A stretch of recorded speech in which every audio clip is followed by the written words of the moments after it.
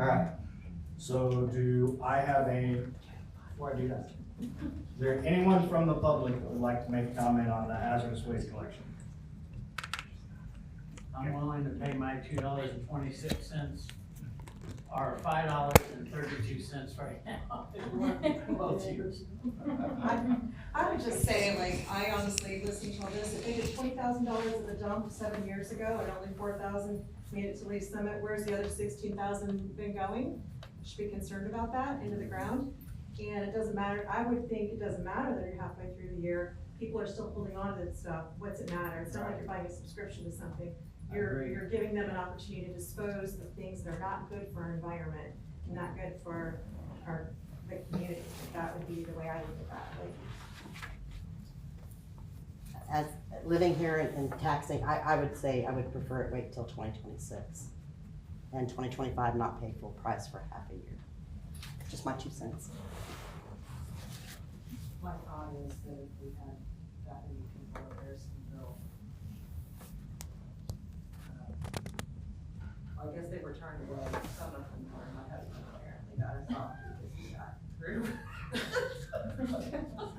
No, it's difficult because people are doing the right thing, and they're coming, and they're loading the car, and they're taking the time, but it just, I mean, we have so many people, and it costs, it's not cheap to throw away this kind of stuff, so it was tough. I don't know how, I've asked people, how did you guys find out about this? Oh, Facebook, what the hell, put it out there, so, it's such a mushy world now with social media, and you don't know, how people are finding out, but it's, yeah, it's just important to make sure you don't spread the word if you're not sure. Yeah, Tina has a great question. If it was, we were just talking, I should say, clarify that. And I was like, that's a great question, so I'm gonna speak up. Not to steal her question. no, you go right But ahead. if we could have half a year, if the program could facilitate to the taxpayer, the city's responsibility of balancing out the accountability they have to budgeting through the taxpayer's money as the best of both worlds. Usually the answer is in the middle. I think that would, possibly, John, that could, in council, that could eliminate what would be a Absolutely. very legitimate concern where, basically we're getting a membership that 6 months, for lack of a better term, that 6 months is already Right. expired. I mean, we can't get time back, Right. so. So in other words, maybe get it retroactive. Yeah, like Okay, if the the amount, program would be so- willing to do that for, So our proration. policy is to not do that, however, I am happy to bring it to our board. I can't speak for the board, and we meet next July 16th. So if that's something you guys want me to bring to the board, and that you guys are requesting a retroactive, and we can make, and approve that exception, then there you go, but I can't make that decision. I have a question for clarification. I'll do what I should do here, sorry. Carla Murray, if you're here, I'll count you. I have a question for clarification, and that is that if it's the city of Pleasant Hill joining it, do the people who live outside of city limits with the Pleasant Hill address, will they benefit from this as well? I would hope, but they will not. So this will only be residents of the city. I want to clarify just to make sure. County would have to be involved, The county county. would have to do Be it. part of the So- program. Which is probably gonna cause some confusion and some hurt feelings. I'm just It throwing that is, out. and that's what used to I would happen. say, if you know people in the county, you wanna talk to them and say, this is a really, but they've been in the program before, they know about it. Talk to them and see if they'd be willing to join as well, just to create a more seamless program. Okay, let's take two roads here. Is everybody want to join it for next year? Yes. Okay. Do I have a motion to Pleasant Hill to rejoin the Mid-America Regional's Hazardous Waste Program for 2026? Hey, Mayor, actually, we don't even have to do that yet. I will present that, agreement to you guys whenever it comes up. Okay. So then, would you please talk to your board and see if they would prorate the rest of this year? I will do that. And then we can do that. And then, okay, so then maybe we're looking if they approve August to the rest of the year? Yes. Okay, I will put that on the agenda. A little bit. Yeah. All right. Do that. Then we will bring it back in. All right, any other questions from council? All right. Next item is the 2025 Regional Hazard Mitigation Plan. Mr. Mayor, Council, this has nothing to do with solid waste. This is a regional response to hazards within our community. This was a 5-county effort. It's done every 5 years. This was Jackson, Platte, Clay, Ray, and Cass. Inside that, there's 36 cities that participated, 16 school districts participated, and this is our opportunity to get together collectively and look at some of the hazards within our communities and develop a 5-year strategy for those things. So tonight we're going to ask you to approve our participation in this. It is completed. By doing this, we worked amongst ourselves as well as the Mid-America Regional Council and FEMA. By doing this, and this covers things from response to tornadoes and storms, hazardous weather. It covers floodplain planning. A lot of these things we already have ordinances. Somebody's not just going to build a structure in a floodplain here in Pleasant Hill. So a lot of this is continuations from 2015, 2020, continuing on to 2025. The only real change in this plan is for us to develop an all hazards written plan for deployment of resources, and that's already ongoing. Most of these things inside this 400-page document we're already working on with either Missy or Tony, and it involves floodplains, flooding on our roads, and our response to storms and tornadoes. So I'd ask that you, if you've reviewed this, to consider passing this tonight and making us a participant, which could potentially make us eligible for some grants later on as well through FEMA. Questions from council? Still getting over that. That's okay. Is there a fee associated, Chief? There is no fee associated. Only if we have obviously if we have some kind of storm roll through town and it tears stuff up, there's probably gonna be some fees to clean up. But obviously there's disaster declarations and things that follow that. But there's no membership fee or anything. Any comment from the public on the Regional Hazard Mitigation Plan? Do I have a motion to approve Pleasant Hill's inclusion in the 2025 Regional Hazard Mitigation Plan? I'll make a motion to approve the 2025 Regional Hazardous Mitigation Plan. I'll second. Motion and a second, roll call please. Mayor, I will just clarify, it's not on the front of the agenda, but this is resolution number 25-19. It's in the packet. Oh, it's like, I don't see that. No, it's not titled that way on the agenda, but it is in the packet. They didn't have the number of it. Councilwoman Niner, Yes. Councilwoman Newberry, Yes. Councilwoman Emo, Yes. Councilwoman Doomer. Yes. Thank you. All right, the next item is improvement on Gray's Lot.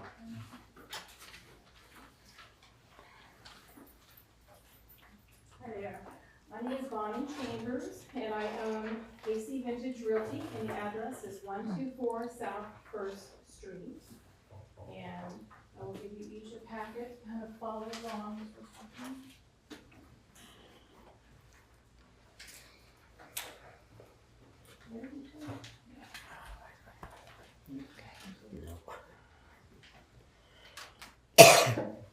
Okay, the cover has a nice little statement that I like. No one should have to travel to visit beautiful places. We must invest in making our own towns livable and lovable. And it makes sense with what we're talking about. We kind of want to make our place a little prettier. So page 2, I wanted to kind of read you a story of how Gray's Lot became Gray's Lot. The history is on Saturday, June 19th, 1999 at roughly 1:15 p.m. While a masonry crew was working working on the interior in Gray's Furniture and Hardware Store, the walls started to cave in. Soon after, the ceiling began to collapse. Probably many people in this room remember that event. The wall that caved in was load bearing, and the second story above it started coming down. By the next day, the entire roof had collapsed. Firefighters and police officers evacuated the area, secured the buildings, and closed the north end at first. A structural company was hired to evaluate. The structural experts stated that the building might be salvageable, but couldn't say if it would be economically feasible to repair it, meaning that cost would be higher likely than the worth of doing it. Construction workers tried to save the adjoining buildings. Officials feared the remaining buildings could fall domino style. Ultimately, the decision was made to take down the remaining structures, leaving a large empty space we now call Gray's Lot, which is what we want to talk about tonight.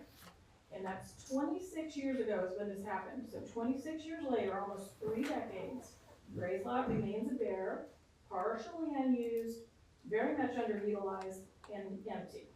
And tonight we'd like to recommend a simple, easy solution to make it the opposite of that. So the summary of the project is, the Pleasant Hill Historic District is requesting City Council approval to activate the space on Gray's Lot by adding 2 outdoor gazebos for creative and temporary placemaking. Pleasant Hill Historic District, we have already approved the expenditure to purchase, install, furnish, decorate, and maintain those gazebos. I do have pictures, but I will show you bigger pictures, and you have them in your packet as well. The gazebos will have furniture, seating, solar lighting, hanging baskets. We added to Gray's Lot, which is empty. The structures that we're talking about are very temporary.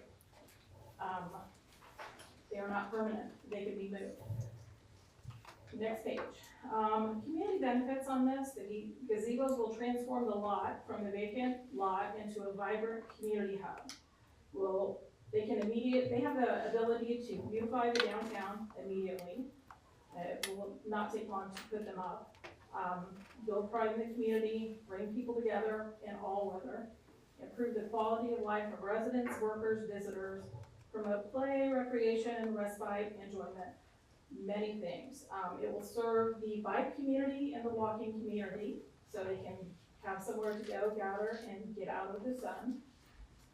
It will also support all those downtown events that you know about that we have, which are the markets, the block parties, the pop-ups, the parades, performances, Christmas, all of the things. Those will work right into the plan. It'll also be visually interesting, pretty. So if you want to open your packet, I put a couple of pictures of the lots just so we can remember what those buildings look like. Found those at the library, the museum, which was interesting.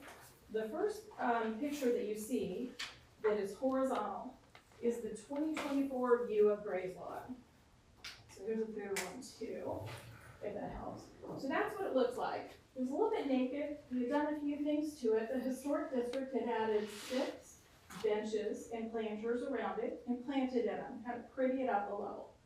Last year in 2024, we also added picnic tables.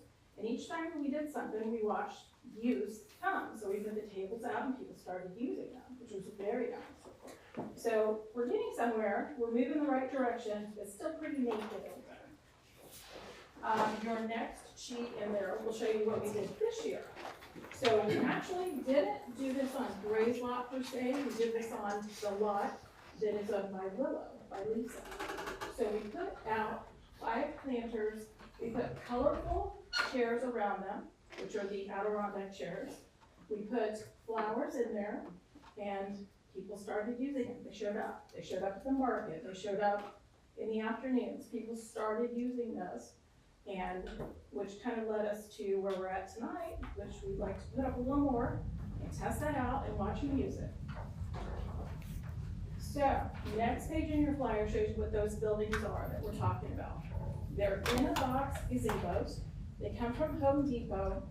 They are, I'll get my specs out so I don't misspeak.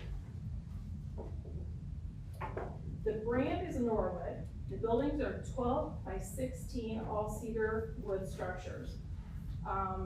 Let's see, they're heavy duty steel roof, 49 gauge galvanized steel, dent and corrosion resistant. Most important part, The structure will withstand up to 100-mile-an-hour winds. So when our winds come through Pleasant Hill, and we know that they do on the regular, the buildings will stand, they won't fall.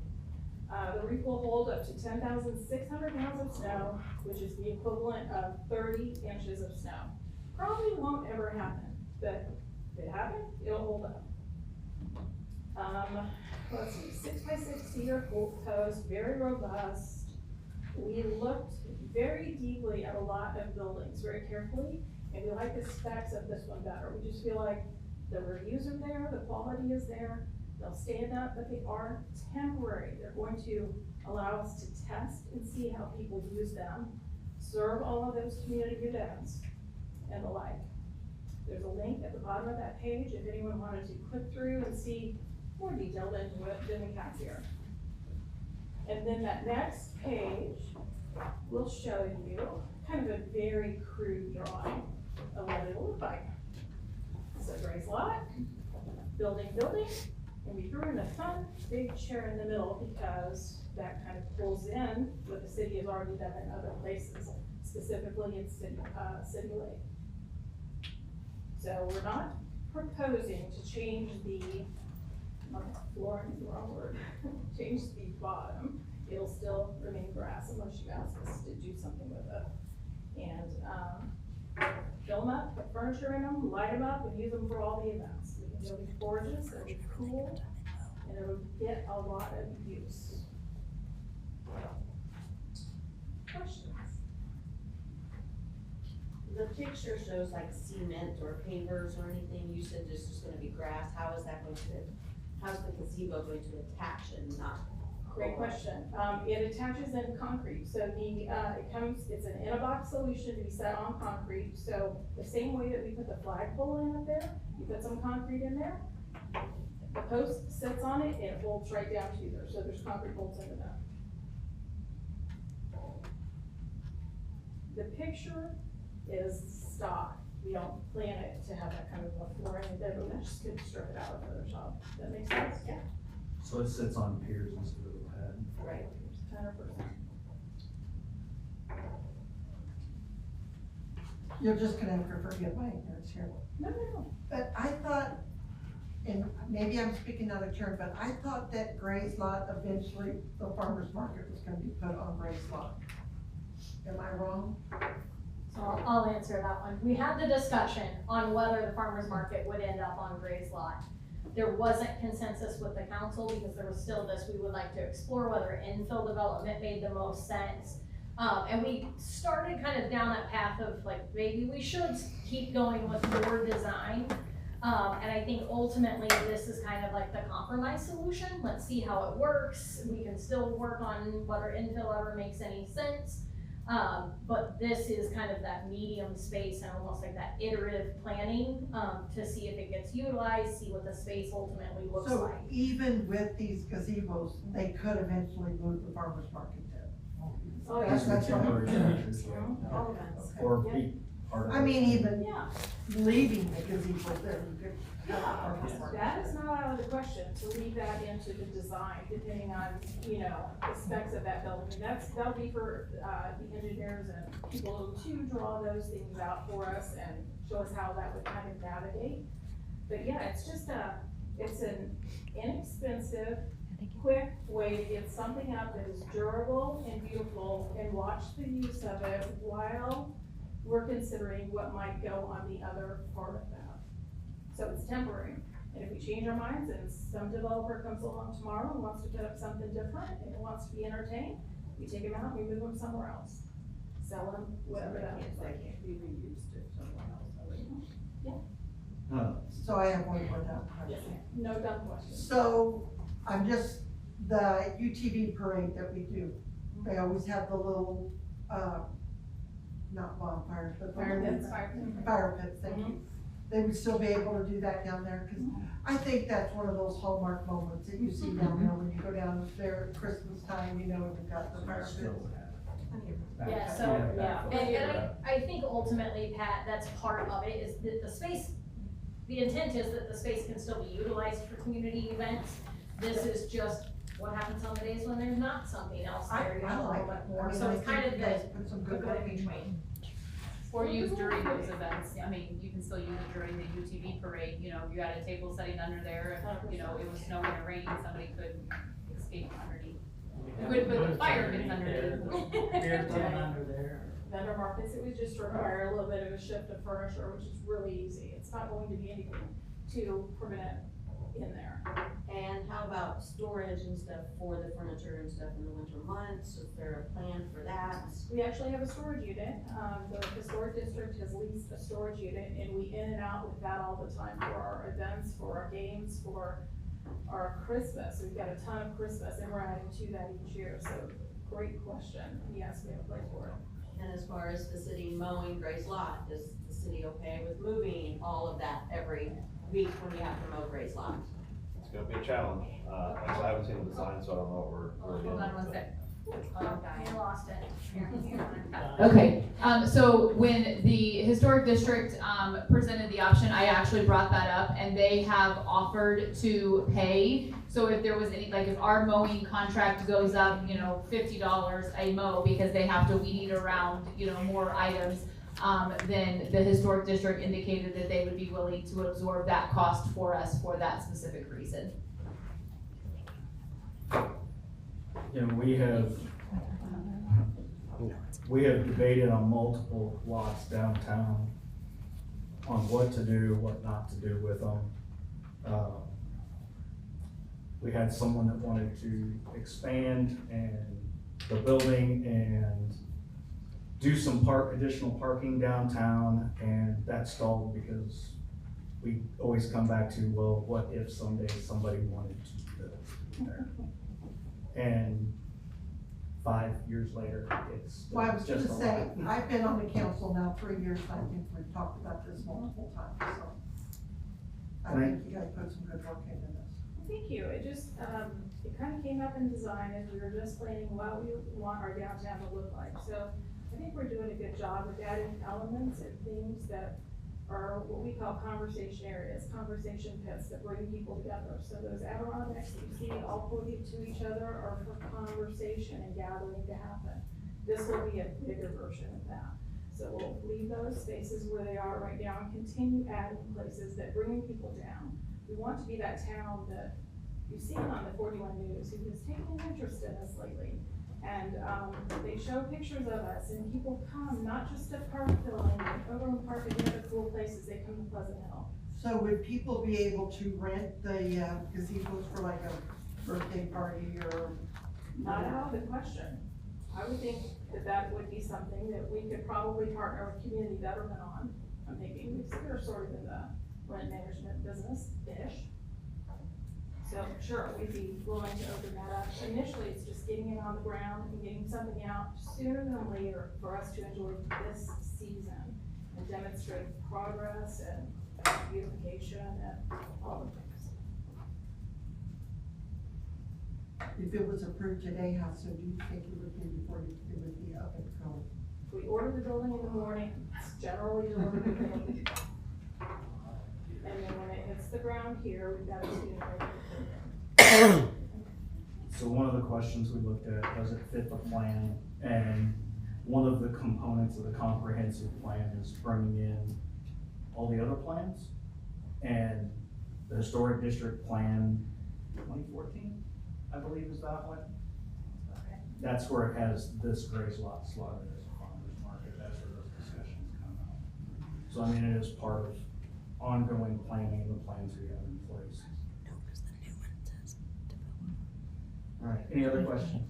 Well, Mr. Mayor, you had also challenged us to try to put together plans that work with a potential train depot stop, something of that nature. We think that would add a lot of interest for people that would come down with a bicycle or for an afternoon or whatever that looks like, and have a place to go with cover, with any weather, and just make us look more hospitable. And yeah, personality-wise, I think this is a needed one.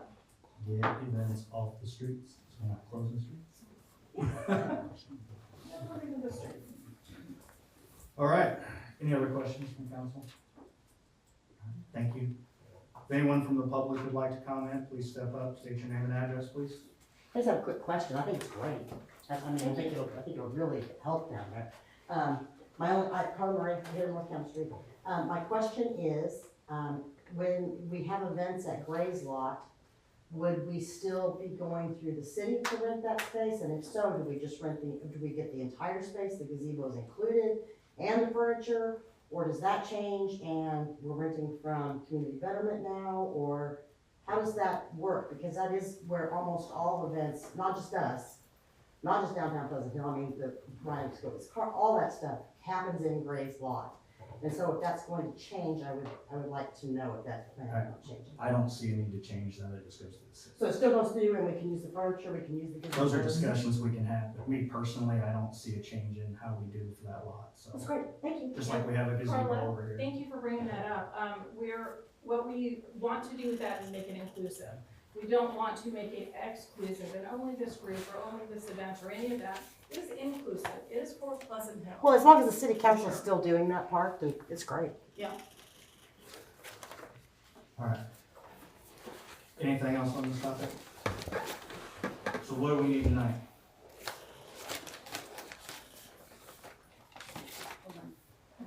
So it would really just be, a motion and a second of, if you are approving, I guess, to move forward with the, use of the lot as presented tonight, if that's what you also choose. Do I have a motion on the proposed improvements to Gray's Lot? I'll make a motion to approve the, improvements on Gray's Lot. I second.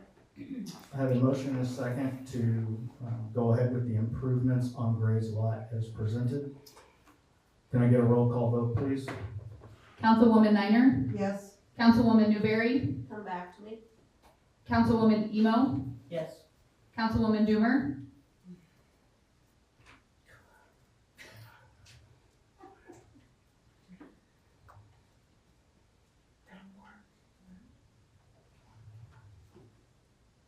Yes. Councilwoman Newberry. Sure. Sure. Mr. Mayor, may I make a comment, please? This, because it is in the historic district, will need to come before Historic Preservation Commission for approval of those materials before any construction can begin. Good point. Forgot about that. Thanks, Missy. All right. The next item is a special events application for the Pleasant Hill Historic District. Hi there, Lisa Hoffman, Willow Boutique, 116 South First Street, and representing the Pleasant Hill Historic District. So this request goes in tandem with the already planned cruise night that's happening on June 20th.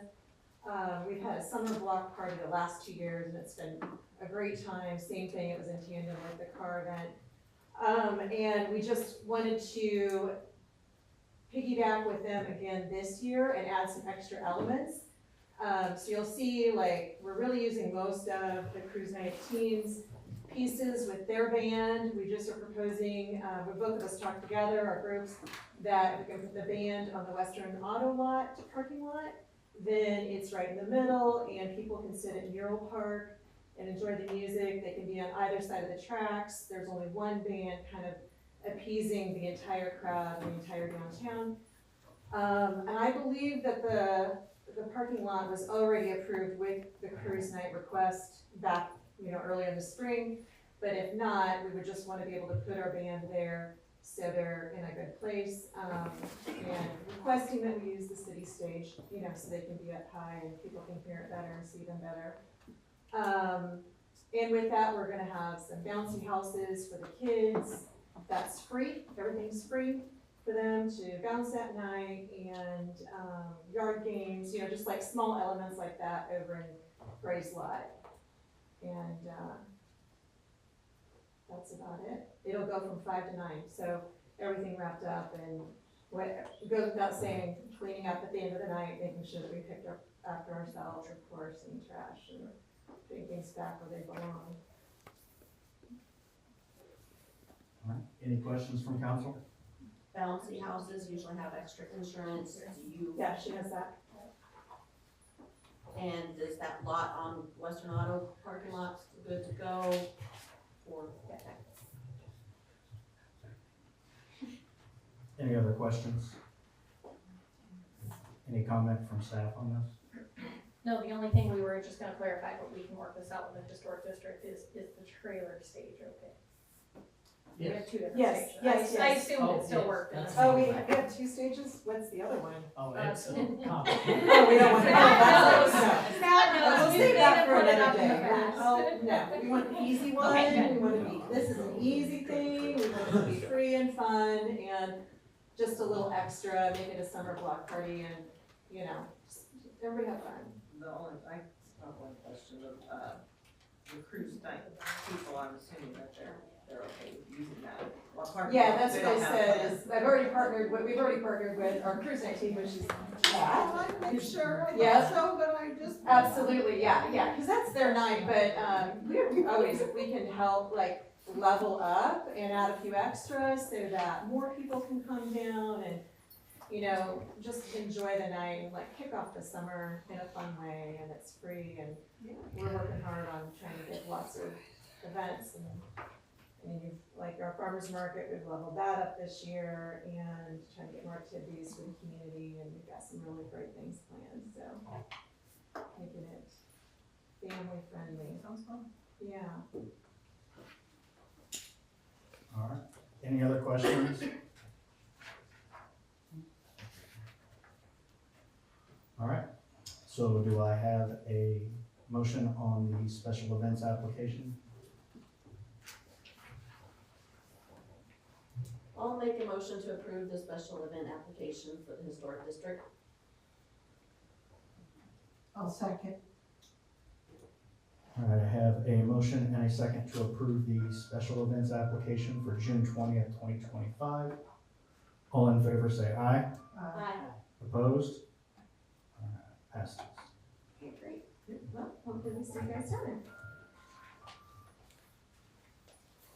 Next item is resolution 25-20, a resolution authorizing the city administrator to execute a change order, number 1, with Smyco Contracting Group LLC for the Timber Street Pump House renovations and extending the time to complete the project.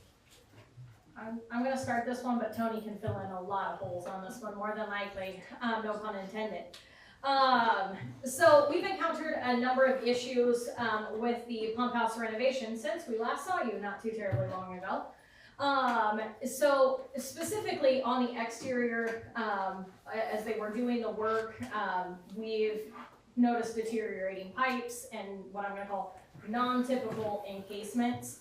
And so after we've done now our second emergency repair, of that pump house, and the second one being very, very close to the building, Tony approached them about doing a change order, and that change order, and he can talk about it in a little bit more detail, is effectively, not replacing the pipes that are outside of there, but putting in a new one that comes out of the pump house directly. That way we're not working with these older pipes, we're not having to worry about this, and we can know that we get it right with one improvement. The change order that we have right now, they've quoted us, somewhere in the ballpark, I think of just under $8,900.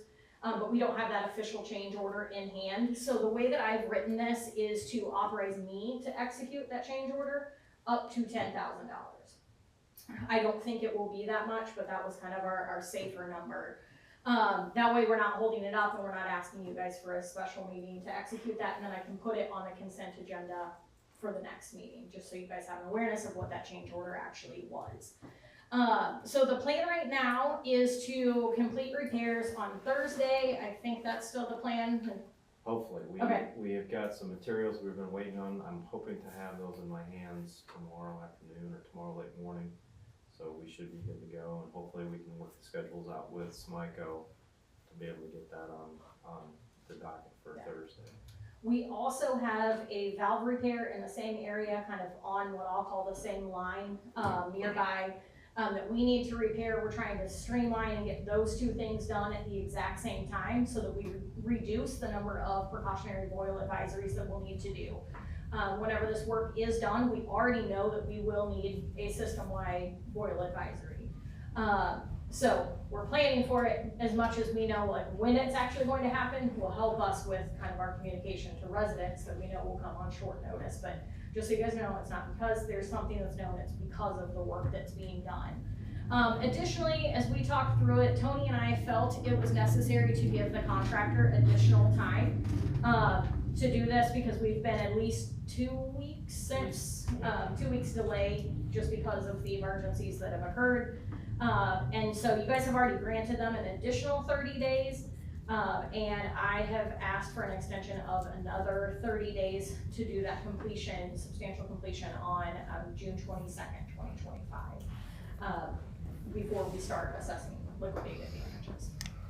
So that is what I have. Tony, you can fill in many details there. If you've got any questions, I can answer any questions regarding what we filed in there. So since we backdated the original one, it just extends it through the 22nd? Yes, through June 22nd. Correct. Okay. When you said another 30 days, I was like, no, I'm Yeah, not the giving first, them till July. the first 30 days was through, May May 23rd. 23rd. Yep. So Right. just do another 30. I forget, it's been a while since we did that. Yeah. And do we think that's doable, that they can get all that done by June 22nd? We can have all of the additional change order and all that kind of stuff done easily by the 22nd. Some of the other stuff may drag out still as they're finishing up. Yeah, so Pat, we discussed that a lot last week. I don't know that the contractor will be completely done with their work by June 22nd. But again, that doesn't, I mean, it really just means that's the date in which the liquidated damages would kick in. Because we knew we couldn't give them the entire time because of the reasons that we discussed at the last meeting. Yeah, But we knew this has caused them at least 2 weeks delay, and then they're gonna have to do the work, so we felt there was a reason. By the time we get the materials and we get the schedule and all that, it's gonna be at least 2.5 weeks of delay just because of what we found there. So that's why we thought, okay, they're being pretty fair with us on this change order, it's fairly inexpensive.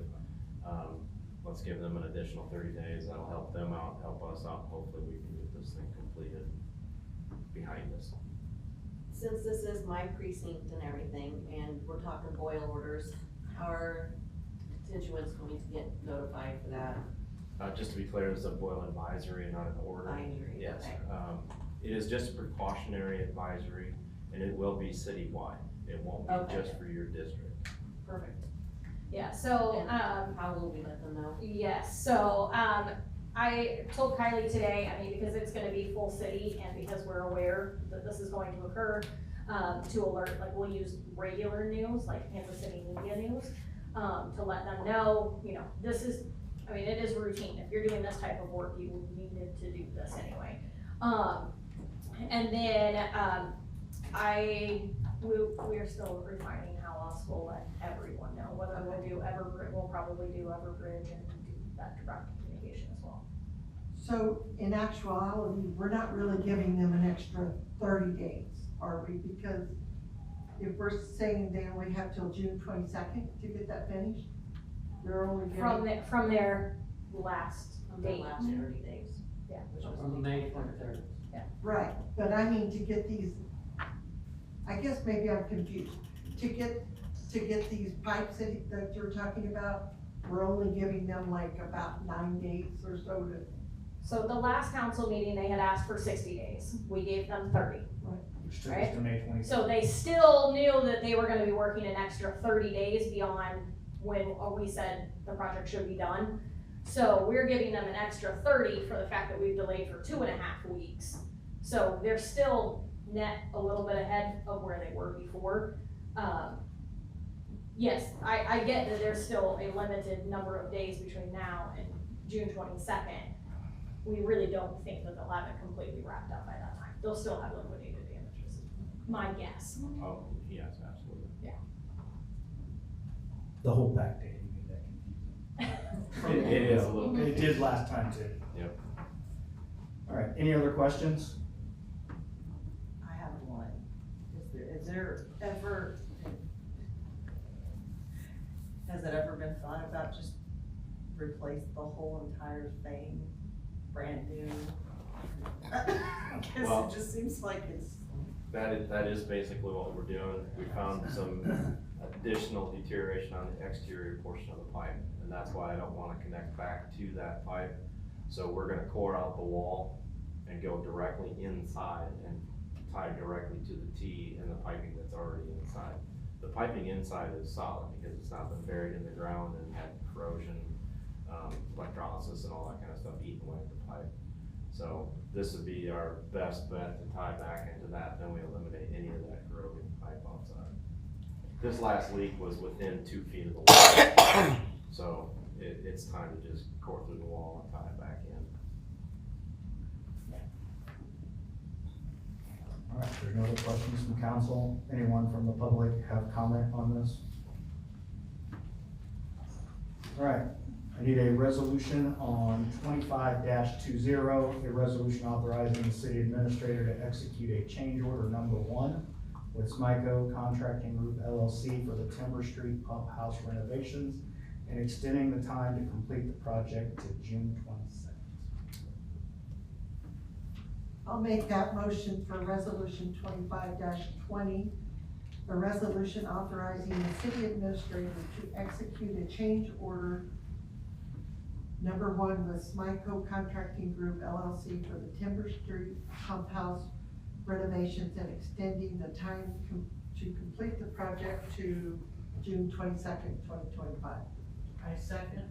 Okay, Mayor, is that a motion to approve or deny? A motion to approve. Thank Sorry. you. So I have a motion to approve on 25-20. I also have a second. Roll call vote, please. Councilwoman Niner, Yes. Councilwoman Newberry, Yes. Councilwoman Emo, Yes. Councilwoman Doomer. Yes. We're gonna have a discussion about shortening the names of these resolutions. Okay, but then your motion has it all in there, other than whether to approve or deny. Resolution 25-21, a resolution authorizing the city administrator to execute task orders and agreements with Alpha Omega Geotech Incorporated for on-call geotechnical engineering and testing. Thank you, Mayor. I'll take this one as well. In the fall, we issued a request for qualifications for on-call geotechnical services and testing. We received 7 submissions, and Alpha Omega Consulting or Geotech was considered universally to be the most qualified responder. The way that requests for qualifications work, we look at what the qualifications are and then we negotiate pricing. We were fortunate at the time that we also had Navigate Building Solutions to be able to verify whether their pricing was reasonable, and they considered that it was reasonable within the Kansas City market. We have been utilizing Alpha Omega for the parks projects. They've done a lot of materials testing on the parks. I think they've done, they or will do some coring here soon. And we have used them for some borings at the animal shelter location as well. I'm getting ready to execute some additional task agreements. And with the task agreements, we don't have like a master agreement with them, but each time the terms come in, with the entire package. But we're getting ready to execute one on the animal shelter. We are doing one, I think they're doing some work on the police station as well. And we've now had to add them to our 7 highway water line project as well. Based on that in totality, I will be bumping up very closely to the $50,000 that does require council approval. Other than that, we've still been within my authority to be able to execute these. So I thought it was really time for us to have the conversation and see if you guys were okay with us continuing with Alpha Omega as our on-call geotech firm.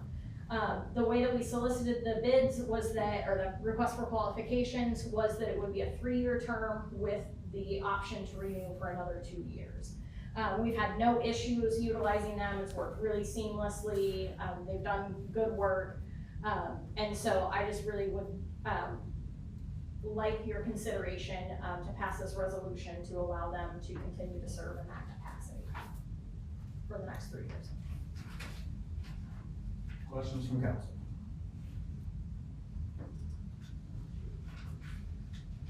Hearing no questions, anyone from the public like to comment on this resolution? All right, I need a motion for Resolution 25-21, a resolution authorizing the city administrator to execute task orders and agreements with Alpha Omega Geotech Incorporated for on-call geotechnical engineering and testing. I'll make a motion to approve Resolution 25-21, a resolution authorizing the city administrator to execute task orders and agreements with Alpha Omega Geotech Inc. for on-call geotechnical engineering and testing. I'll second that. I have a motion and a second on Resolution 25-21. Motion to approve. Can I get a roll call vote, please? Sure. Councilwoman Niner, Yes. Councilwoman Newberry, Yes. Councilwoman Emo, Yes. Councilwoman Doomer. Yes. All right, resolution passes. Next item is Bill 25-22, a proposed ordinance of the city of Pleasant Hill to enter into a lease purchase agreement, Fairgrounds Arena Capital Improvement. Thank you, Mayor. Tonight with us, we have Joey McCliney, the city's financial advisor. He will go through the details, just a little brief recap. Back on March the 24th, the city council voted to move forward with this project and authorize staff to negotiate the contract. We did so through resolution number 25-15. And then Joey was here previously where resolution 25-16 was approved, that authorized the lease purchasing financing through a COP or certificate of participation. So that then gave Joey basically his marching orders to go do what it is that he does, and then now he is back to give you the update and do the final approval of the COP. And if I mess something up, Joey will correct me 100%. It was perfect. So you have in front of you the payment schedule. On the other side is how the money is spent. I want to talk about a couple of things. This is a little bit unusual in terms of you guys have issued general obligation bonds, you've issued revenue bonds. This is a lease purchase or certificate of participation type borrowing. I won't call it a bond. We call it a bond all the time, but it's not a bond. One thing we have set up for this is we have a trustee. So all funds must go to the trustee bank to be dispersed. And the reason we do that is because the bonds are secured by the equipment, being the bleachers, and any additional work there. If all of a sudden we end up with the contingency fund or part of the contingency fund remaining, we cannot spend it on anything other than what is at the county fairgrounds, or the city county fairgrounds. It's called your economic development fairgrounds, let's call it that. That's really what it is. So anytime money is spent, including the bleachers, including the concrete work, what will happen is you'll get an invoice, it'll be submitted to UMB Bank, UMB Bank will pay it. So all funds have to go through our trustee bank. And so that's really the structure of this. And again, it's because until you actually have everything built, there's no collateral for this. And so we really want it to be held by a trustee bank. Now, let's say at the end, construction's finished, we end up with, pick a number, well, I'll just pick a number of the first year's payment, first big payment. Let's say we have $38,000 remaining. It will go to the payment of the principal and interest. So there cannot be anything extra spent on anything that is not in this project. Oh, you also have a 5-year call feature. So when rates go down, we will be able to refund the lower one. What's the current rate? And yes, this is a new style of shoe. I'm sure people are gonna take this on. I have foot surgery on Friday. Thank you for being here. All right, questions from council?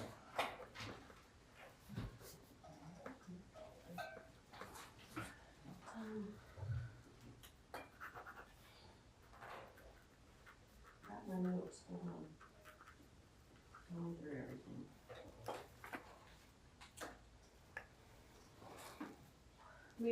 If we can't make a payment, I mean, because aren't the fair, I just have so many things going on through my head. Because we are supposed to be paying this back through with fair money, correct? So I'll tell you, the bank doesn't necessarily care how we pay it back. Right. Joey knows this. With the COP, our obligation is just, we'll pay it back. Like, typically what you're gonna have is the pool, for instance, is paid for with a COP. So it's not the first time we've issued COPs. Joey probably knows the long history of the city and COPs well before me, and he knows many other cities use them too. Right. So it's with funds on hand, really. So like with the pool, there's the sales tax that generates the revenue that helps make that debt payment. As we've talked about before, our intent, yes, is very much that the fair and its proceeds are going to be able to make those debt payments. We've already calculated how much we think we can get just on seating capacity with no increases to any pricing. Whether if we thought we were at risk at some point, we can throw together additional events. If we, for whatever reason, end up renting out the fairgrounds more regularly to other people, the revenue received on that can go towards that debt payment. So there's no. I just felt earlier that it was my obligation to tell you all what the potential risk is.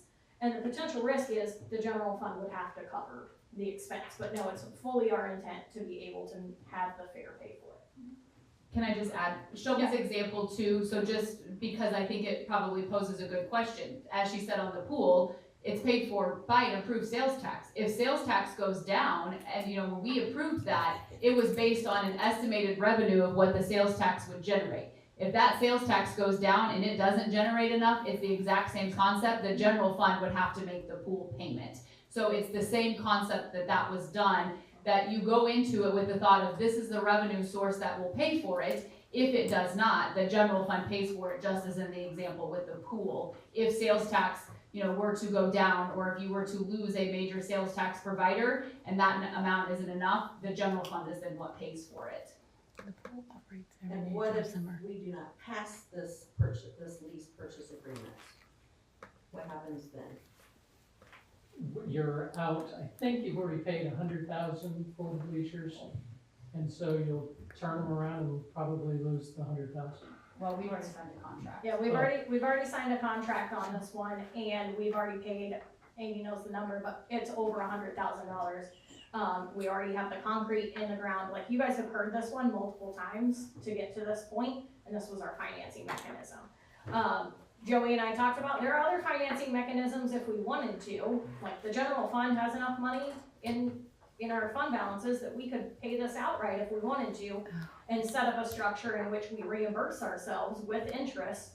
Basically, the fair reimburses the general fund, but doing so, we felt like was not a good political move, because ultimately, you guys are also responsible to citizens who are saying, but I would like this improved, I would like this improved. Setting it up through this financing mechanism, then it is kind of the fair's responsibility to make those payments with no effect on the general fund until and if by chance that occurs. So my only question is, if something happened to the fair and we no longer have it, we still have the money to pay for it? You guys always have the fair. You are the organizers of the fair. Yes, you do have the money to pay That's for what I it thought. tomorrow. Okay. So, I mean, it's, as Shelby mentioned, I came back and said, what about this, what about this, what about this? You guys can pay for this, you can afford this. In 5 years, you guys will have the option, you could retire if you wanted to. So You would reach into your general fund or the park fund or some fund, or, the fair fund. And if the money's there, you can retire it without penalty. So if we don't use the contingency fund or portion of it, it rolls back into paying it off, correct? Yes, correct. Is there a penalty if a year down the road, one of the investors wants to have naming rights and pay what's owed? Is there a penalty for paying it off sooner? We will not be able to pay it off before 5 years. If someone wanted naming rights, what we would do is we would escrow the money and it would just about pay for it. You could probably earn what it's paying. Okay. So we could set up an escrow to do the same thing.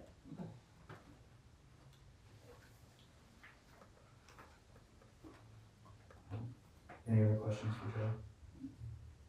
Thank you, Joe. Thank you. If anyone from the public would like to comment, please step up, state your name and address for the record, please. Here I go. Carla Murray, sorry. Carla Murray, 300 North Campbell, I said that a lot tonight. 300, we're in the address now, right? What is the rate that we're paying? Nobody's, that's not in the packet that we got. The rates. 4.95%, That's great. And what is the payment every year? 20 years, roughly 39,000. Okay. And where's that in the budget? First of all, in your general fund, you have 3 times that coming in the county fair funds based on last year. The income from just the bleachers would cover, I believe, 30. The new size should cover the additional. And the budget that I just looked at that was just passed like half an hour before we said It's it. revenue based, Okay. so it's off the revenue. Well, I understand, but if you look at, I understand what you're saying. I also know how to read a profit and loss statement. Right. I also know how to read a budget. In the budget, it shows you're losing $31,000 on the fair. It says there's, on the special events, 65. There's a deficiency, it's in parentheses, I assume that's a negative. So where's it coming out of that money? Where's the fair money showing that they got money to pay for it? So Amy is looking into this, I can tell right now. So the way that we really budget for the fair is we don't, some years make more money than others. And so that would have been excess revenue from the previous year that we reallocated into this year's budget for maintenance. So if you take out the maintenance component, we would not be losing that much because we've budgeted $55,000 for maintenance. So we're not gonna put this payment in the budget anywhere? No, eventually it will make its way into the budget. Well, we can do a budget amendment into the future after this has been executed. Typically what ends up happening is the COP payments all go into the debt service fund, and then each responsible fund makes the transfer in. Well, I understand how things typically happen, but as a resident, I wanna be able to see it on paper. You will. Okay, and so that's something I would like to see. The other question I have is that when council talked about this and when it was brought up, it was $375,000. And this is a loan for a principal of $490,000. What happened? There's a contingency fee in here of 19%, so as you saw with the animal shelter, we've almost eaten up the contingency fee already. So it's gonna cost $490,000 and not $375,000. When you add in different things in here that were, the bleachers as were proposed, were $342,500. Okay, but the Now project is gonna now cost we've us- added concrete, and we have fees and different things like that in there, and they built in a contingency from that. I come to all council I meetings. know. I wasn't at last one, I'll give you that, because I had pneumonia, but, I've never heard any of that discussed. What I heard discussed was, we need $375,000 to put bleachers in. Nobody ever said it was gonna rise up to $490,000, $500,000 to put in one section of bleachers, do concrete and stuff. And my complaint is, not my complaint necessarily, but my concern is we need more transparency from you guys on that. This kind of little add-on things can't keep happening in the back, and then we're just gonna push this through at $490,000. And that's our I mean, it is our money, and how we're being spent. And I understand what staff is saying is that they're trying to relieve you guys of responsibility politically by doing it this way, so that residents won't be mad because I need a drainage thing fixed at the corner of Campbell and Myrtle. And we're gonna spend money on this, but I'm sorry, I still hold you accountable, whether or not it pulls you back or not. Makes you not look accountable or not, you are accountable for this decision and this money that you're spending. Thank you. Yep. Anyone else? I got an email from somebody in my precinct, pretty much the same questions Carla just had. I mean, literally, they're asking the same questions. How is that proposed? That was originally $250,000, has now become $500,000. There is some hesitation on the original vote. Would those council members like to revisit the original vote on the $500,000 expenditure? How about the water lines? Are they fixed? The roads all paved? Are all of the other issues with the police station and animal care facility dealt with? What is the rush? How much money do we make on the fair? And why was this not in the budget?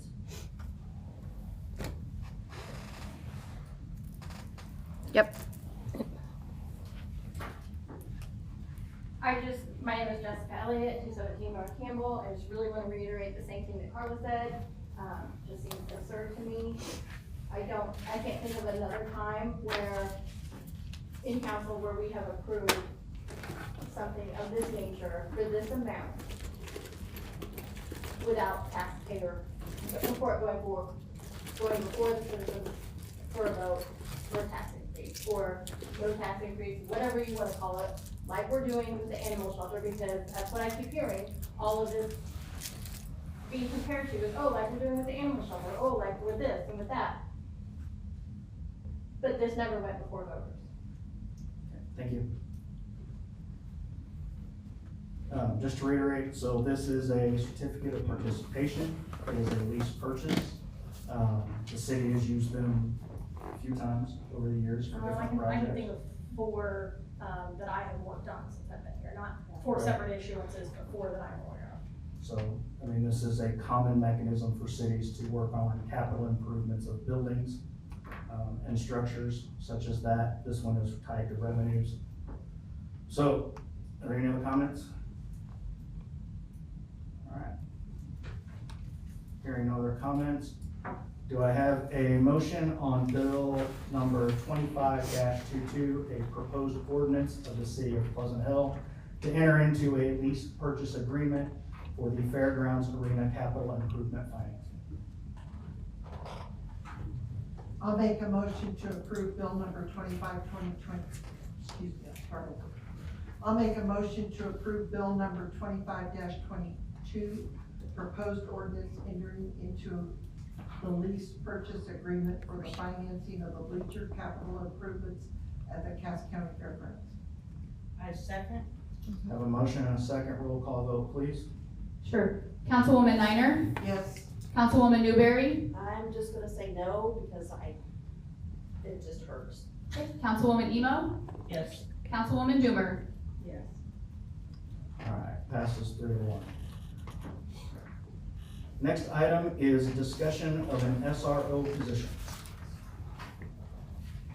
Okay, Mayor, I'm gonna start this one and then Chief can fill in with anything that, that he has as well.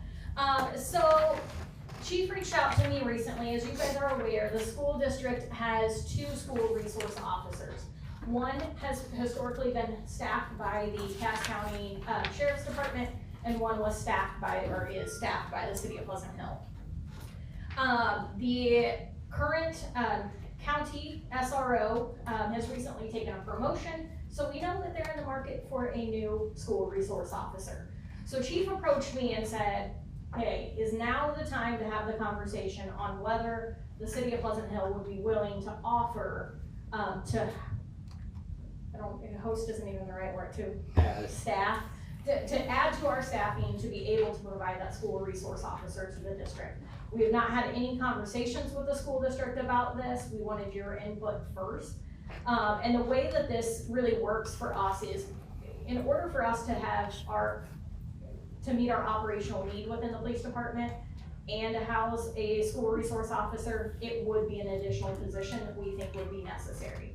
The school district already has agreements in place to reimburse the cost while they are in school, but there isn't an additional expense to the city. That's the first thing I told the chief. I go, it always comes down to money, right? Like, of course the answer is, yes, we would love to do this. So it really comes down to, financially, does it make sense for us and does it meet the need for us? So I just kind of wanted to put some information in front of you guys for your consideration and discussion. So like I said, the school district reimburses an amount per day. I went through and looked at what the cost of an officer would be, and that's like all inclusive. That would be any insurance, ancillary benefits, rate of pay. We went through uniforms, we went through equipment, and additionally, we would recommend the addition of a new vehicle for that person too. There are a number of them that share vehicles, but in this case, we felt that we were at the point that we would be warranted for a new one. So I think the net impact to the city would be around $65,000, and that's the net impact, keep that in mind. And so it really comes down to, are you guys interested in us exploring this? We haven't put a whole lot of time into how we would fund it. I just kind of wanted to know what your direction was, if you were interested or not. Chief, do you have anything additional to add? No, I mean, so I've made it very clear that as we grow, and I've even told Sheriff Weber this, I feel very passionate about us being involved with the school district. These are our kids, these are our schools. We need to be the ones that handle all the SRO assignments. But obviously, we haven't grown enough to add that additional staffing yet. This is a point in which I think it would be an easy transition for us to do so. That net impact that she talked about, I think would be lesser in the second year after, you know, the uniforms are bought and the things like that are bought. And really, I think what it would end up is we would be paying for about a quarter of an officer, and the rest would be paid for by the school district. So it's a way for us to have that additional resource that we're really only paying 3 or 4 months for out of our own pocket. So is this adding an SRO officer or just replacing the county clerk? This would be adding another officer to our roles and replacing that county one with one of ours. Okay.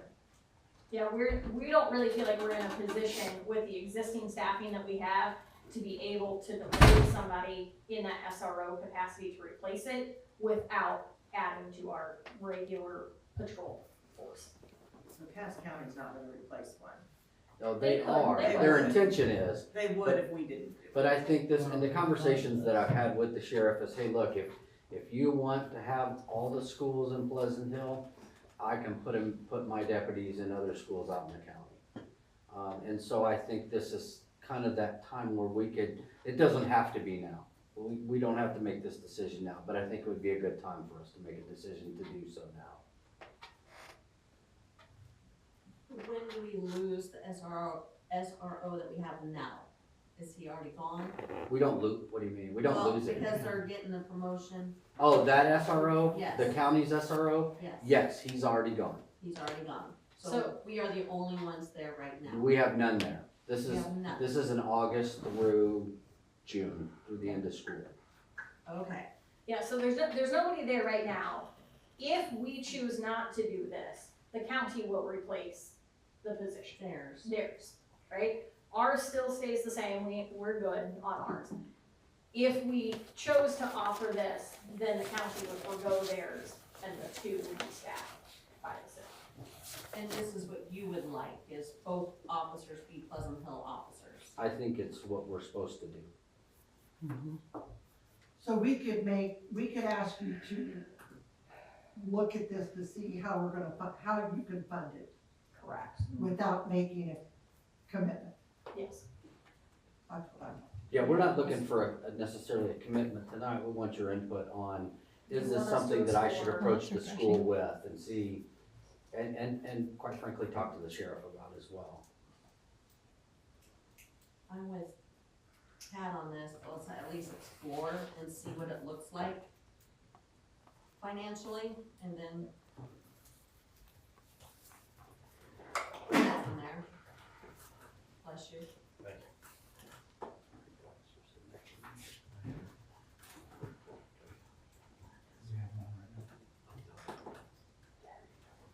Any other comments from council? So, I'm real big about be able to fund the position first. Is the grant opportunity still there to try to get another cop grant?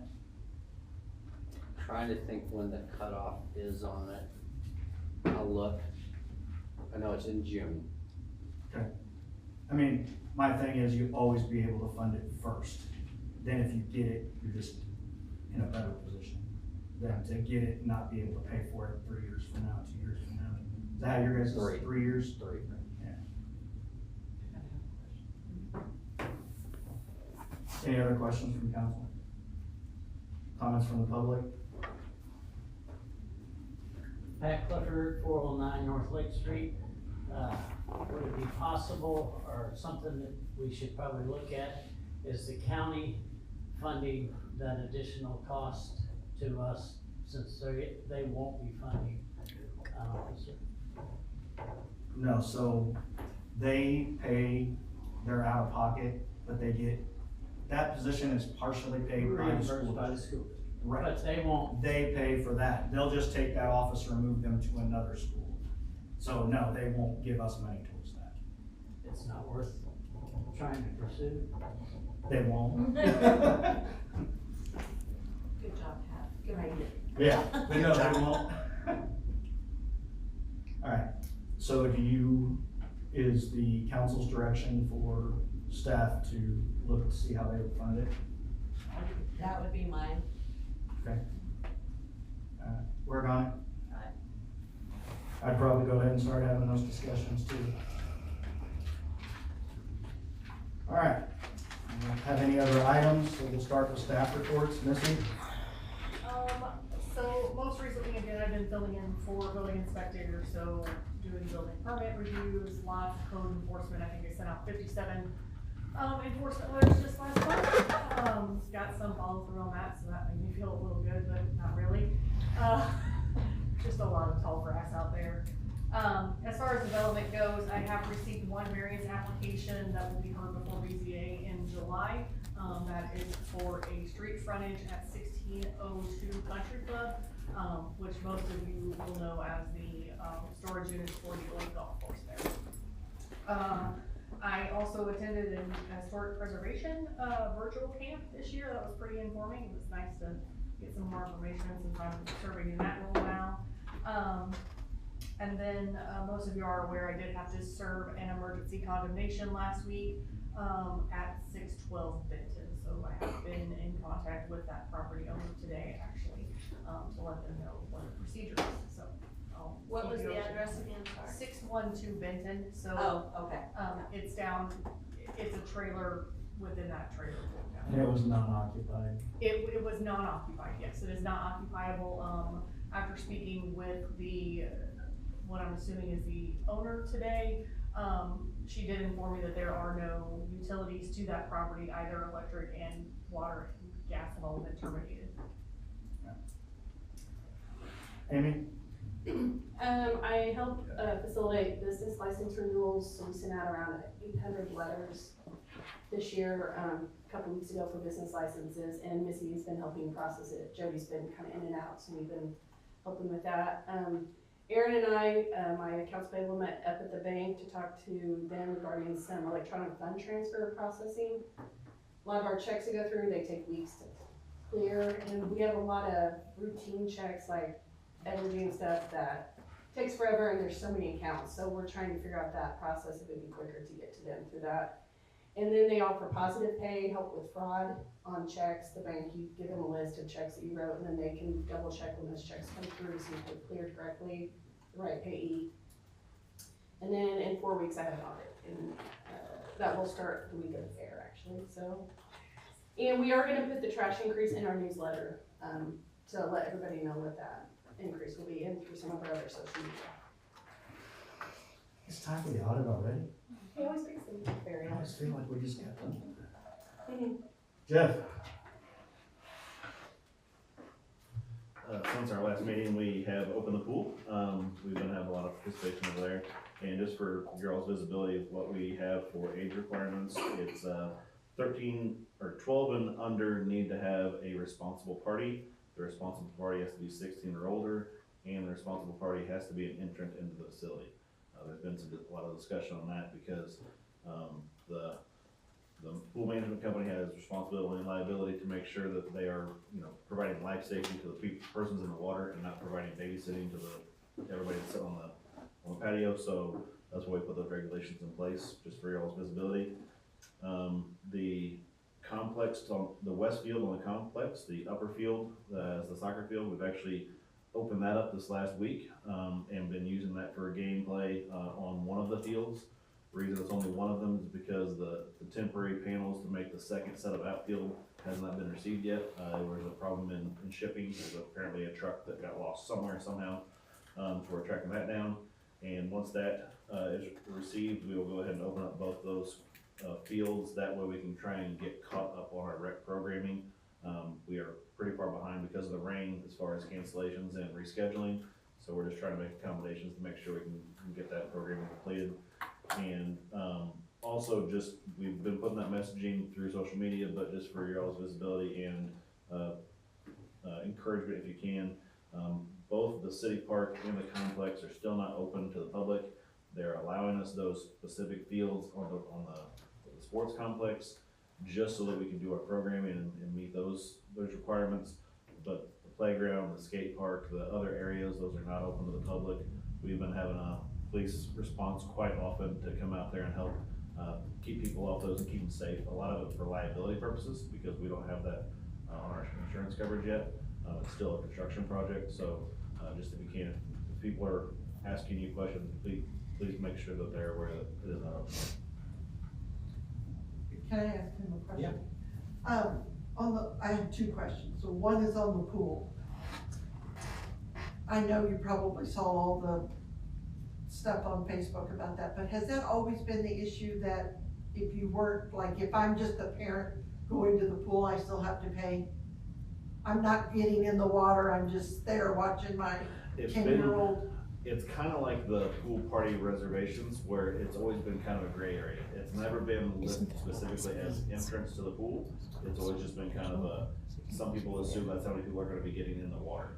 But regardless, the pool management company and us, we're liable for anybody that's on the property. So if they fall and trip and break their leg, we have to take lifeguards off the stand to come help do that medical response. We are responsible for that. We have to make do our due diligence that way. So we're gonna make sure that they're actually coming into the pool and being accounted for in that way, for a lot of it for capacity reasons too. So we know exactly how many people are inside the facility. And my second question is pickleball. Do you know when those courts will be open? Same thing, whenever we do the grand opening, and we've been talking about that a lot, trying to figure out and pinpoint those dates. As of now, we have chains on the gates. We try to put padlocks on the gates, and people have just forced their way in and actually bent the openers days after the construction was completed. So we've chained them now, trying to keep people out, but same thing, for liability purposes and reasoning, we're keeping that isolated until we do the full park opening. Are there any parks that are open? Currently, no. No, Yes. okay. Yeah, City Lake Playground is open right now, and Goppert Fitness Park has playground equipment as well. Yeah. So, Not yeah, the- there not are the- still things available to I the think public. that needs to be put out on Facebook, what is open, because that's been a question a lot, I've seen, so what's closed and what's open. The grass seeds are growing well. It's growing fast. But it's growing here very irregularly, so we can't actually get on it to mow the tall stuff until the short stuff starts to catch up. So it's a delicate waiting game. Gonna have a jungle before it's done. I'll send your water. Tony. That was good. As you've heard, we've had some challenges with the Timber Street pump house. We've had a couple of leaks down there with the contractor just trying to uncover the exterior piping outside the pump house to do the necessary changes there. The painting, they were working on that today. It's getting closer. All the lighting has been changed out. HVAC units and all that stuff is hung inside the building. The pumps are set in place. The majority of the piping is done except for just the basic tie-ins. The majority of the grading our decking is in place. So it's coming along, but they still have a ways to go yet.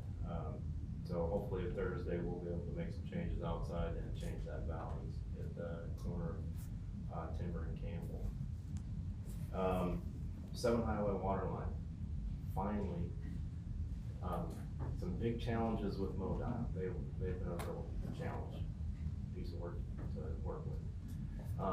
So the guys are in town today. I don't know if they actually did start doing some excavating. They are planning on, I didn't go by there when I went home, so. If they were in the yellow shirts, The guy, yeah, well, there was. they were north, I saw somebody excavating just on the north side of Wright. Wright Street. Yep, yep. Yeah, they would have been starting to do some potholing and kind of figuring out where we're gonna start. The plan is to do the tie-in possibly Wednesday or Thursday. We're trying to get this to coordinate with the changes at the pump house so that all of it falls underneath the city boiler advisory, so we don't have to make two. So the guys are geared up and ready to go. We should start seeing some activity there, so be ready for some more construction traffic along 7th Highway. Water tower, since with the issues that we've had with the pump house, I talked to Darren with USG. We have pushed that off now to the fall. They are gonna do a project in between, so it sounds like it's gonna be in the fall before we get started on that. The guys have been focusing really on potholes, patches. We've had a tremendous amount of those this spring, so we're still trying to catch up on those. And I think other than plan review, I did receive plans for, they're calling it the Pleasant Hill Marketplace, which is Price Chopper, this off-site sewer line. So they're hoping to get that started pretty soon and get that done before school starts. So we've had a few discussions about making sure that they get everything done across 163rd and all the way up 163rd before school starts. So.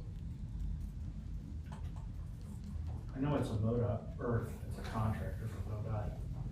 Is the sidewalk on the west side of the road bigger than the one on the east side of the road? I don't know if it's optical, it just looks wider.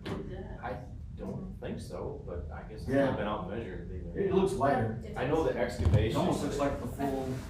The excavation was wider, on the west side than it was on the east side. Weird. It just looked bigger, I was like, these are bigger sidewalks. Yeah, I would have to go out and look at it. Yeah.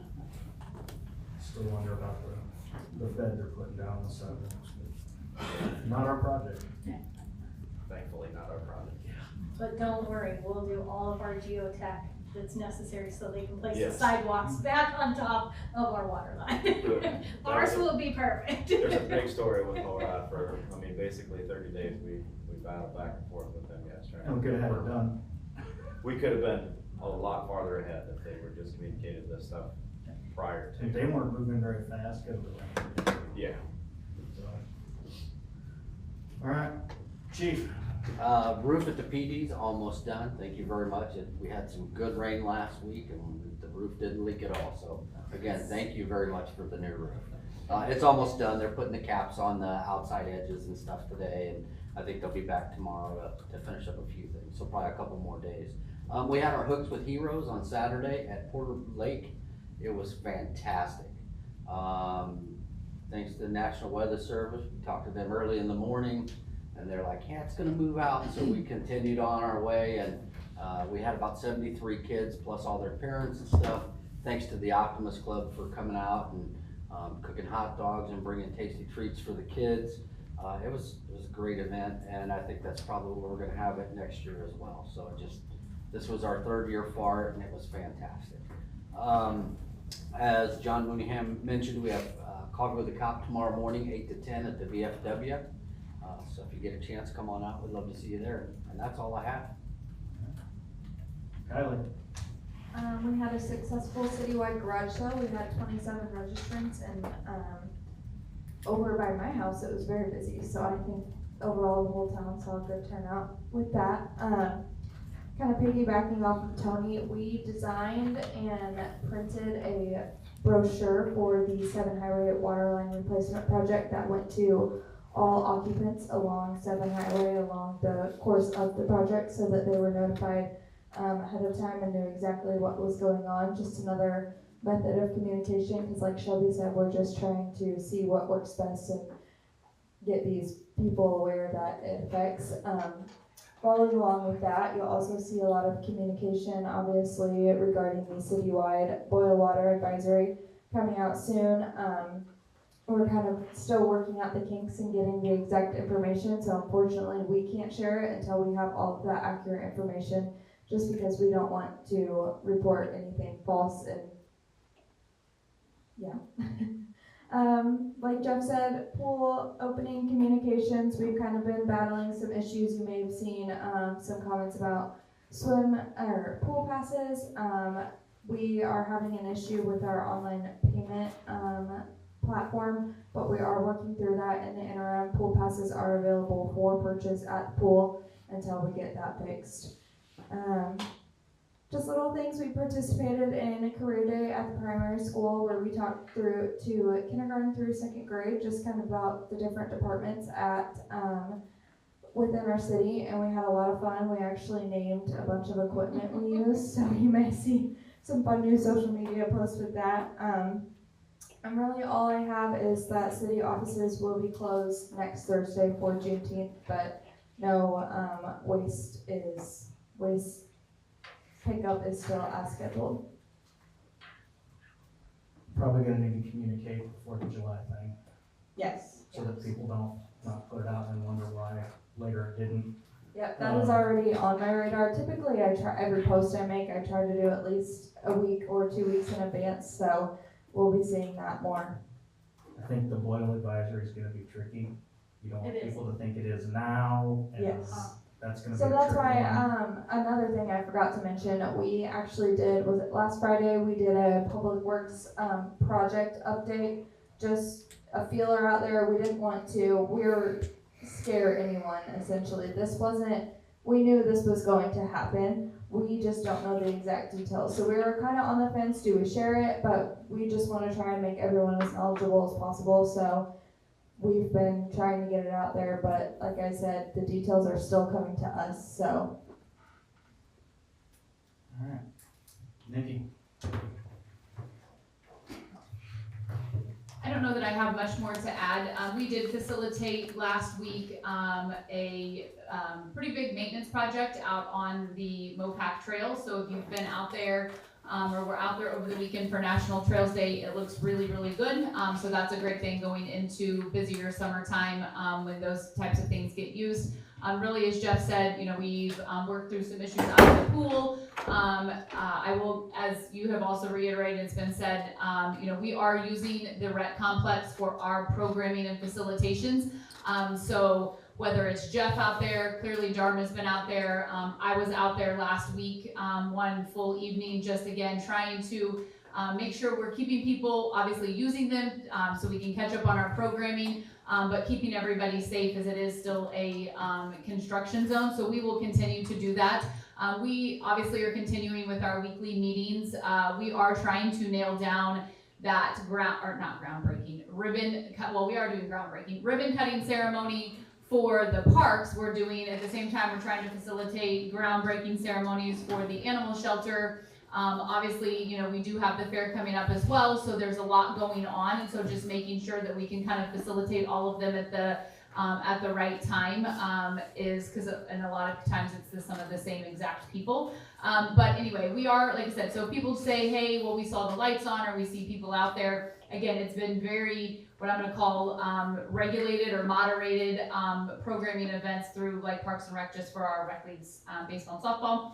I had on my list the same thing that Kylie had mentioned. We did do the primary school career day. They were very, very grateful that we were there. It was a ton of fun. I will say all of our departments were represented. However, it is completely unfair when you're trying to use a sewer camera and explain to them how it works when Dennis is over there playing with the freaking drone. Like, all they wanted to do was see the drone. So our sewer camera, poor Tony, we did everything we could to make it sound super flashy and super fun, and they didn't really care about our sewer camera. So, but anyway, it was great. It's all right.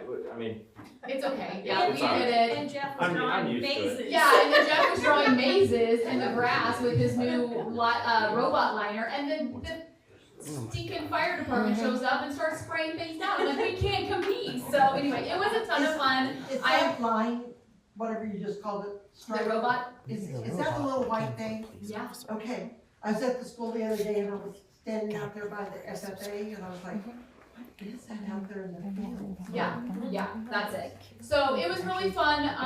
Like I said, I'm super glad that the counselor down there at the primary school reached out and we could participate in that. Same thing, I've been filling in some stuff for other staff members that have been out. And clearly gearing up for the fair and all the events.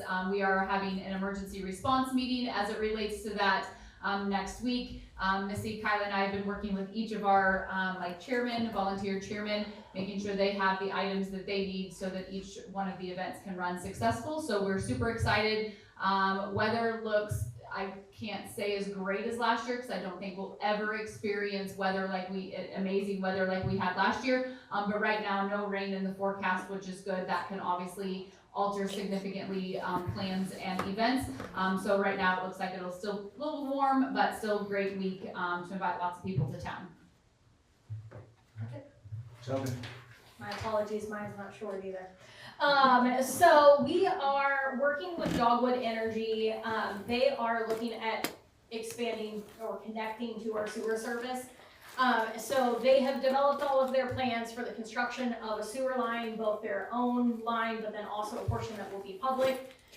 We have already done our staff and engineering review and provided them with preliminary comments. One of the things that I still owe them is the letter that we will accept them as a sewer customer. Just for context, I think most of you guys know, once they come on, they will be a very, very large volume customer. So we're also assessing what our rate structures are and making sure that that is fair and equitable to them as a very large customer as well. Whatever Tony mentioned, the Pleasant Hill Marketplace, I just decided to go out to GIS and I have confirmed that finally the property has transferred over to Pleasant Hill Marketplace. So property is sold and they are moving forward with that Price Chopper and other retail development. We do, for your calendars, I'll try and send you guys a reminder on this one too. We do have a groundbreaking scheduled on June 24th at 1 p.m. at the animal shelter site.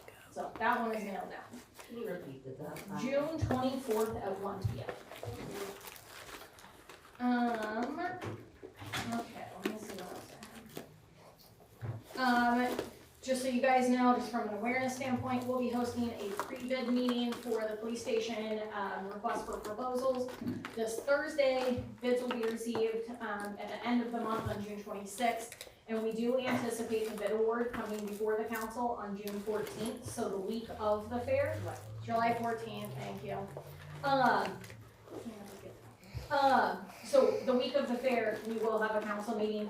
Right now, that is probably the only item I have scheduled. That's one that we usually try not to have as much. If something comes up, we'll put it on there, but I knew that that one is scheduled for that day. And last week was really what I'm going to call abatement week at the police station. So EWI has completed their asbestos removal, lead paint removal, and then we also had ServPro on site for destruction of records and cleaning of the downstairs storage area as well. So smells good over there. Like we're moving along on that police department. I heard it was a scavenger hunt. For which one? And they was finding everything. And they were doing records. Tommy's been the records guy. It's been a labor of love. Yes. I just went over there one day and he said, it smells great down there. So I went downstairs to check it out. It is clean, it smells good. So moving forward with that one. The other one is a more weighty topic that honestly just came to my attention today, but I kind of needed your guys' input on. It's going to be kind of like the SRO discussion. So we received notice today that our municipal court administrator gave her 2 weeks notice as she's taking a role in another organization. The city does have the option to move municipal court to the circuit court. The rules with that are basically we would lose the court costs that we receive, which is about $12,000 annually. That would go to the circuit and the court costs get paid to the court that it's in. But we still have the ability to retain those fines. And so, you know, our preliminary assessment is there is a financial savings there if we potentially move municipal court to the circuit court. But the question comes down to how much local control do you guys want to have over that? Because then you would not be selecting your municipal judge. You don't have the same type of oversight. We don't necessarily know what the what the judges and their rulings or their assessment of fines would be if we moved it to the circuit. This is a much weightier conversation than I'm going to have tonight, but I just needed to know whether you guys wanted us to explore the possibility and bring back to you guys kind of an analysis of whether that made sense and talk through it. Or do you say absolutely not, we wanna keep municipal court here? And if so, then I would just post the job in the next 2 weeks. That's what I was thinking, was making sure that we don't miss an opportunity without having to potentially do any reductions in our staffing. Additionally, municipal court judges, by state statute, age out. There's a maximum age of judges. And so our municipal court judge has less than 2 years, or about 2 years left until we know for a fact that he will age out.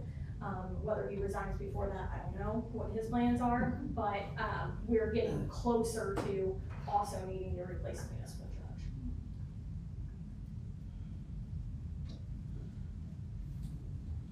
So, does that just fit into their regular docket for municipal? Or would Pleasant Hill have its own court nights? So it's not nights.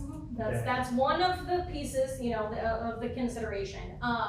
So I talked to Jeremy Cover about it today. He said whenever a city adopts the ordinance that says we're gonna transfer this to the circuit court, that the circuit court has up to 6 months to make that change. So it's not something that happens automatically, it's something that gets coordinated. He said there is a municipal docket, I forgot what day, it's 1 day out of the month, just like ours, in which they hear municipal cases. It was like the size of Pleasant Hill's docket may warrant an additional day at a separate docket. We don't know what that would look like, but that's kind of what that 6 month window is for them to determine what that potentially looks like. And we can just explore, we can table it, explore it. I just didn't want to move to posting the job and getting people's hopes up that there's a job potentially out there, if there isn't potentially going to be a job out there.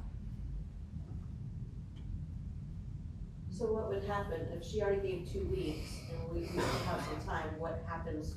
What do we do in that time frame? So we're gonna have to figure that out. Honestly, even at 2 weeks, there wasn't enough time for us to facilitate having somebody on staff. I can tell you, and Nikki and I just had this conversation last week. Regularly, I don't think people understand how disruptive even one vacancy in our organization is, because then it takes someone else to fill in for what they do, and something else doesn't get done. So I don't know. Like I said, I just got this morning, so we're still working through what that process would be. Right now, Amy would have to be the one to fill in as her supervisor. But again, municipal court has very strict rules on you can't work on other things. That's a state statute that municipal court has to be completely separate from the rest of the city. And so you can't have access to certain records that other people in utility billing can't have access to that. You have to be a singular court employee. I think there are probably limited exceptions on that. I was thinking today, I was like, I don't know if there are any retired court clerks too that would be interested in just a temporary gig too. That would more than likely in the short term be my preferred. But yeah, it's kind of a specialized niche, I can tell you. I don't know all the rules and regulations that we're doing. Does anybody around us have a part-time court clerk Maybe, to be able to fill in some hours and do it? maybe. I was gonna say, Whitney has also offered that she can help out in the evenings and stuff like that to keep us going, and I think she would probably even come back and do our dockets. I know I would like to know the financial impact of having the court is for us. That position, any staff overtime helping out. So we actually, at the mayor's request, had a work session scheduled for the next meeting. I sent him a long list of topics we could talk about. If you guys are okay with it, I may bring this one up. It doesn't have to be a lengthy conversation, because we could do it relatively quickly, and walk through kind of some of the pros and cons of it, and then also have that financial info. We could do that.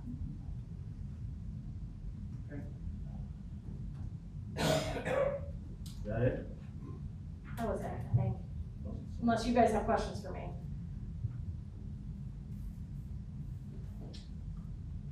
Anything from council? I just have one more comment from John Self, who was unable to come tonight. He says, once again, I would like to ask why the city has not enabled live streaming for city council meetings with direct commentary from the remote public. I've checked my notes, this is literally the 10th time I've asked with no answer yet. You were able to do it during COVID with no problem. This isn't like forgetting how to land on the moon after 50 years. This was less than 5 years ago that the city was able to do this. So, that is what I have. That is a current discussion that I know Shelby and I are talking about. There's several communities do it different ways. How you do those things, whether it be how people can sign up to speak, and how we do some of those things, so. And when we did it during COVID, it wasn't seamless.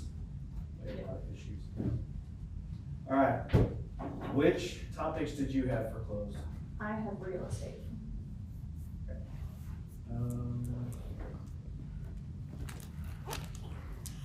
I need a motion to go into closed session for RSMO 610-0212 for discussion of real estate.